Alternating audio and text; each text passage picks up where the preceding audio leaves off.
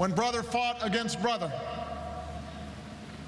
Yours is a history frequently marked by the greatest of trials and the deepest of sorrow.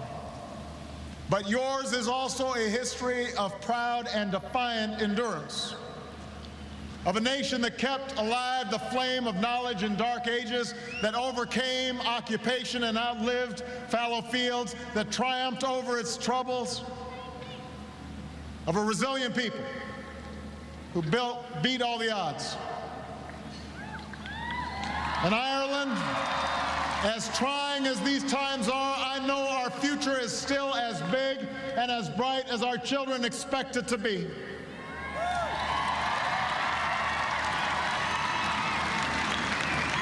I know that because I know it is precisely in times like these, in times of great challenge, in times of great change, when we remember who we truly are. We're peoples, the Irish and Americans, who never stop imagining a brighter future, even in bitter times. We're people who make that future happen through hard work and through sacrifice, through investing in those things that matter most, like family and community. We remember, in the words made famous by one of your greatest poets, that in dreams begin responsibility. This is a nation that met that responsibility by choosing, like your ancestors did, to keep alight the flame of knowledge, invest in a world-class education for your young people. And today, Ireland's youth and those who come back to build a new Ireland are now among the best educated, most entrepreneurial in the world. And I see those young people here today, and I know that Ireland will succeed.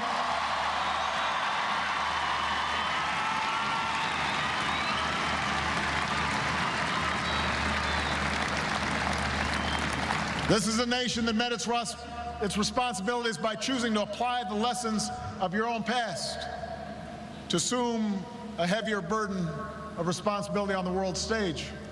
And today, people who once knew the pain of an empty stomach now feed those who hunger abroad. Ireland is working hand in hand with the United States to make sure that hungry mouths are fed around the world, because we remember those times. We know what crippling poverty can be like. And we want to make sure that we're helping others. You're a people who modernized and can now stand up for those who can't yet stand up for themselves. And this is a nation that met its responsibilities and inspired the entire world by choosing to see past the scars of violence and mistrust to forge a lasting peace on this island. When President Clinton said at this very spot 15 years ago, waging peace is risky, I think those who were involved understood the risks they were taking, but you, the Irish people, persevered. And you cast your votes. And you made your voices heard for that peace. And you responded heroically when it was challenged. And you did it, as President McKinley has written, for all the apparent intractability of our problems. The irrepressible human impulse to love kept nagging and nudging us towards reconciliation. Whenever peace is challenged, you will have to sustain that irrepressible impulse, and America will stand by you, always.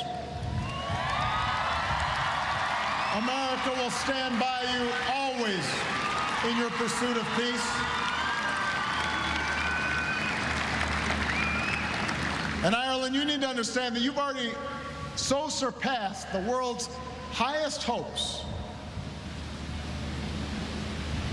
that what was notable about the Northern Ireland elections 2 weeks ago was that they came and went without much attention. It's not because the world has forgotten. It's because this once unlikely dream has become that most extraordinary of things. It has become real. A dream has turned to reality because of the work of this nation.